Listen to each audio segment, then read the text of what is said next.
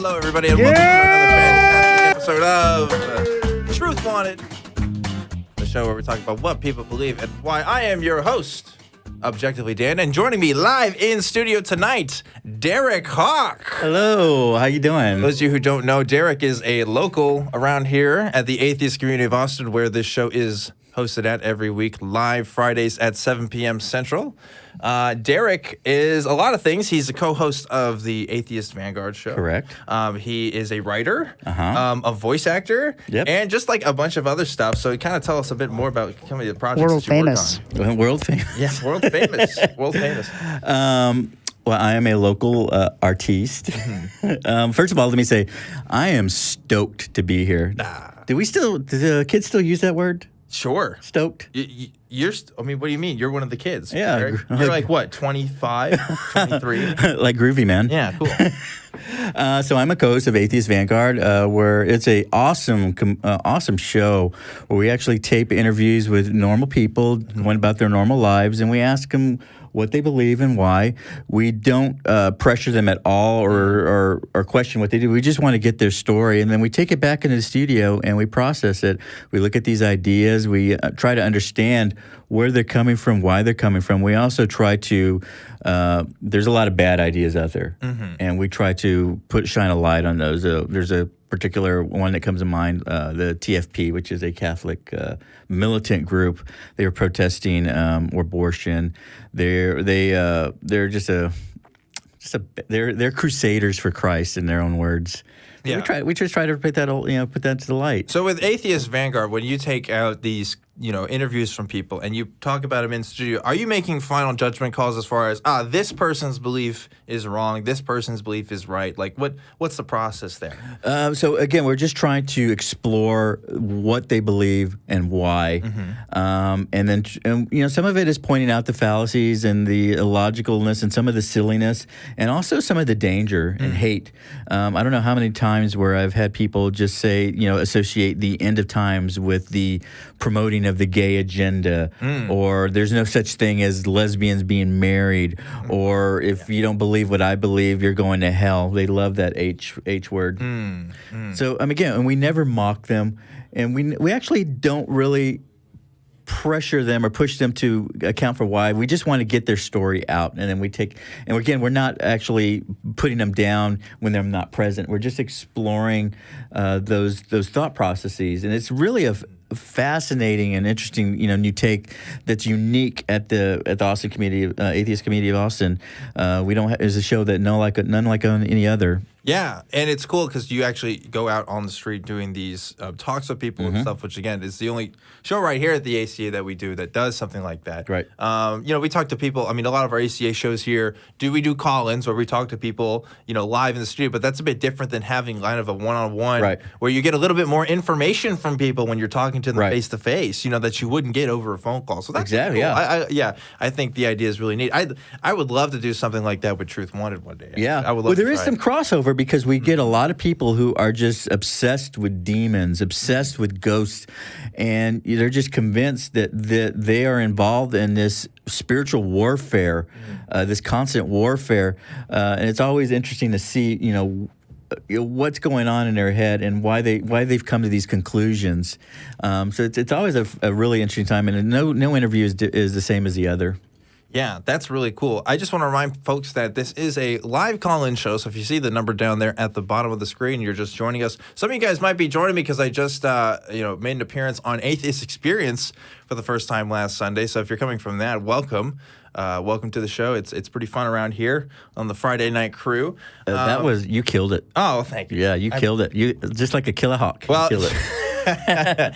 He's saying that because that is Derek's Twitter right now, Killahawk1. Correct. Yep. That's also my YouTube channel. Yes, and your YouTube channel. Let's talk about your YouTube channel a little bit. What do you do with that? Yeah, so I have about 1,200 subscribers, and I do narrations of creepypastas. Yeah.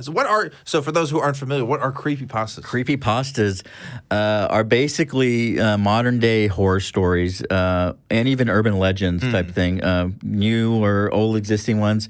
The big ones that come to mind are Slender Man, Goat Man, Dog Man, Jeff the Killer. Yeah, that kind of all stuff. that good stuff. And it's interesting how it came about, because it came about from all the chat room type thing, and it was basically creepypasta comes from the word cut and paste. So it was basically cut and paste. So the original word is copy pasta. Copy pasta, correct. And the idea is that it's like a combination of the words copy and paste. Yep. Because these were stories that people would copy and paste around the internet, and a lot of them took kind of a horror kind of tone to them, so they called them creepypasta. So that's the etymology there of those words. And there's been a huge evolution of the storytelling format. At first, it was noted that they were just mostly really poorly written, poor, just really formulaic and just really just not very creative. Sure. And there's been a huge evolution. There's a creepypasta wiki which goes through a very stringent approval process where these have to be well written stories that make sense and actually people are interested in telling. I have about probably 35 stories that are on the creepypasta under my writer's tag. And so my YouTube channel is primarily that, but it was also, I initially started it to promote my own works, trying to get that kind of publicity of my own stories. And so I would do a lot. I actually did a lot of, I narrated my own stories and also did a lot of animations as well. Yeah, that's awesome. Really, really cool. Yep. So one of the reasons why I thought Derek would be a great guest for this week is not only is he, an ACA local here, we love him here, but also you're very familiar with just urban legends and just kind of, the tales that people tell on the internet in general, right? And I'm personally really interested in how these kinds of stories actually influence the actions of people. Like one example we were talking about before the show was a few years ago there was a story of a girl who killed another girl. I think they were both like around 12 years old, right? Yep. And she cited her reasons was because like Slender Man, this creepypasta character you've probably seen in some stories, and there was a movie that was really bad, and the video game, of course, that really popularized it as well. But it started off as a creepypasta. Yeah. And actually, no, it didn't. But it started off on the Something Awful forums as like a So it started out as a Photoshop contest. Right, yeah. Whereas they wanted for you to take a picture and Photoshop it into this creepy thing. And so they took pictures of like kids playing in a playground in the 1920s, kind of like that sepia type of color, that yellowish brown color. And they inserted this character. And from there, that's when the story evolved. And the mythos, which the mythos is kind of very disjointed and changes from, different writer's perspective. Yeah, right? Exactly. So, and that's interesting because, there's a whole story with this, right? With how these stories are created. And we all know that they're stories, but yet somehow, at least allegedly, this was a story that at least was in part influenced in like someone's murder, essentially. Yeah. And that's obviously the most probably the most public case I've known about this stuff. But I imagine that, media influences people in some way or another, right? So it's like, obviously there's been debates for years about, how violent video games are. And there's all that stuff. But, I mean, there's definitely going to be a correlation at some point between what you read on a screen and what you see, what translates to real life, right? This is just the modern evolution of storytelling. It's no different from the story. I'm sure you heard of the story of the couple that was in their car and they hear a noise and then they drive off and there's a hook hanging in there. Yeah. There's in Texas we have the La Llorona, we have the Chupacabra, and people are convinced that these things are real. We have alien abductions, we have demon possessions, we have shadow people associated with sleep paralysis. And here's what's funny, because you'd think in the age of the internet where we have the most, the best communication technology in the history of ever, right?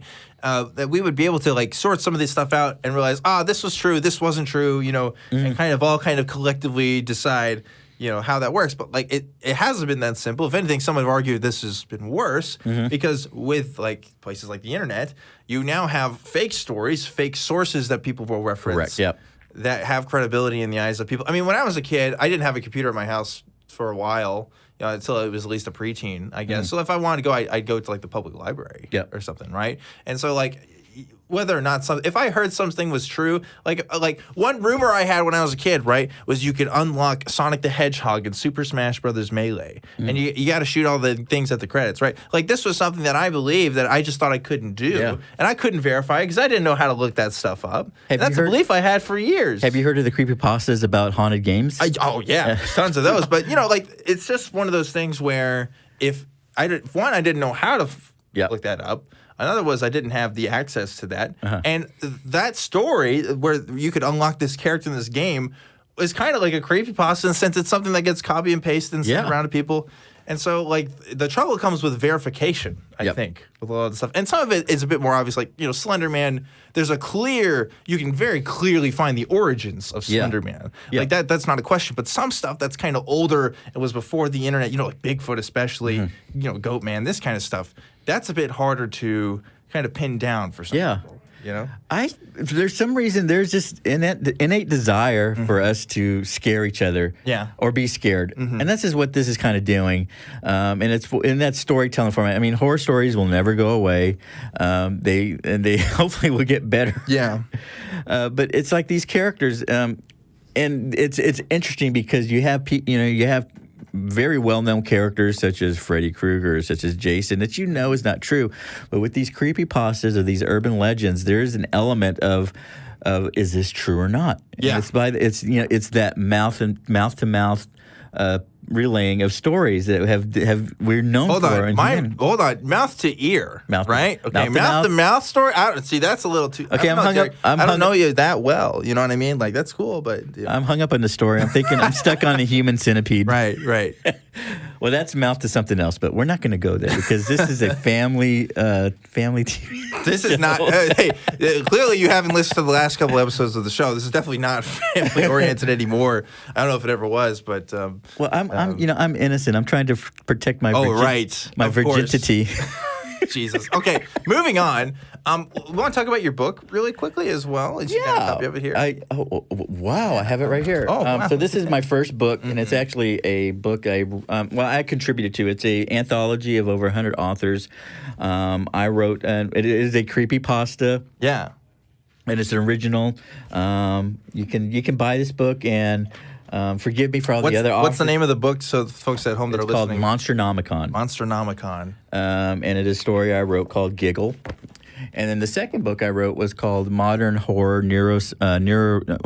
Dread Neuro Horror, and is actually a continuation of this story. It's one of my favorite stories, and it's about witchcraft and witches and the chosen one and prophecies. And so us atheists, I take a lot of inspiration from the Bible because the Bible, to me, is a wonderful source of literature and inspiration on stories. Yeah. I mean, nobody can deny there's stories in there. Yeah. And a lot of course, modern literature is influenced by some of the archetypes that were kind of established in the Bible. Whether or not they were the first documents to do that, we don't have enough records to show. But they're definitely some of the oldest that we have for some of this stuff. So I've actually spent a lot of time trying to tie in the stories that I wrote to how my present atheism, or how I describe myself as an atheist. Because there is actually a correlation. Now, these stories that I've written stories about a kid being kidnapped by a cult, a schizophrenic kid who sees demon little cherubs, and these are actually very autobiographical stories. Now, I'm not going to say that I was kidnapped by a cult or saw the little cherub demons, but they're very symbolic of growing up in very religious households. The very first story I wrote came to me when I was 10 years old, sitting in church, trying to comprehend omniscience and omnipresence. And this theme just kept stuck with me till finally, 30 years later, I wrote a story about it. So my next project is actually compiling all these stories and really relating it to how these things helped me overcome, because I had a very abusive type of upbringing when it came to religion. It basically taught how to hate myself and how to hate others, and there's very little love, and it was a love masked with conditions. As I progressed out of this religion into more of a agnostic stance and then atheism, I had a lot of hate for God, and it took me a long time to get over this hate over something that I don't believe exists, and then also trying to communicate that with other people, because a long time I had disdain for people who believed that too, and ridicule. I was an internet troll for the longest time. I got joy out of putting people in their place and realized how unproductive that was, and how I was sabotaging, what the kind of the mission that I am on now, whereas trying to help people understand what they believe, why they believe it, and how it impacts themselves and others. Yeah, absolutely. Like some research I've seen is just if you're presenting information in the form of a narrative, it can be much more influential on people's ideas and much more convincing than necessarily just presenting the facts, straight up. Like, when we talk about, climate change, for example, a lot of presentations can be more effective if we're talking about the consequences of these things in terms that you and I would understand exactly, like how would it affect our local environment? Whereas, if we're just talking in grand schemes and just looking at charts and numbers, that's not always going to be as convincing with folks. And so it's kind of this visceral storytelling, especially if we're talking about related experiences, I think that's got to be beneficial for people. Yeah. I've written stories where basically, again, I felt like a victim for most of my life. And one of the most therapeutic stories I wrote was about a kid who was stalked by this demon, and basically the end result of the story was him learning how to not be a victim anymore, and actually putting this dark spirit in its place, and just this, he actually became almost like a superhero type thing because he took this power that he gained and was helping other people. And it was a lot of people got back to me, and it was like, I'm in abusive relationships, and this just inspired me. Another story I wrote was it could be interpreted in two ways. One, that somebody was having a shower demon assault them, and the second was about repressed memories and having these repressed memories emerge, and it was about male sexual abuse, which is something that unfortunately I experienced and was trying to process. And I got a lot of feedback from a lot of male people, viewers, and they said this was the most uncomfortable story that I've ever heard or read, and thank you for writing it. Yeah, stories are powerful things, aren't they? Yeah. For sure. And it's no wonder why, when we talk about religious beliefs, why so many people draw from stories to inspire their own lives, both good and bad reactions, right? Like, and even, us as secular people, we still do the same thing. And we may not be as dogmatic as what we say. We're not saying like, Derek's writing is absolute canon of reality, and so like we need to follow Derek's advice or else we can't do anything done. No, we're a bit more freeform than that. But it is something that interesting to think about how human cultures, for pretty much the recorded history of ever, have always been writing stories, and using that. And I tend to my style was some of it can be considered extremely blasphemous, but I hold a sense of respect for people's beliefs. I don't just go in there and say God is evil, the devil is good, blah blah blah blah. I explore. These are very complicated characters that are more human-like than the religions tend to. This perfect being. No, they're very flawed beings, and those makes more interesting characters. I agree. Yeah, I super agree. We have some calls here tonight, and I want to go ahead and get to some of these. You ready for that, Derek? Awesome, yeah. Cool.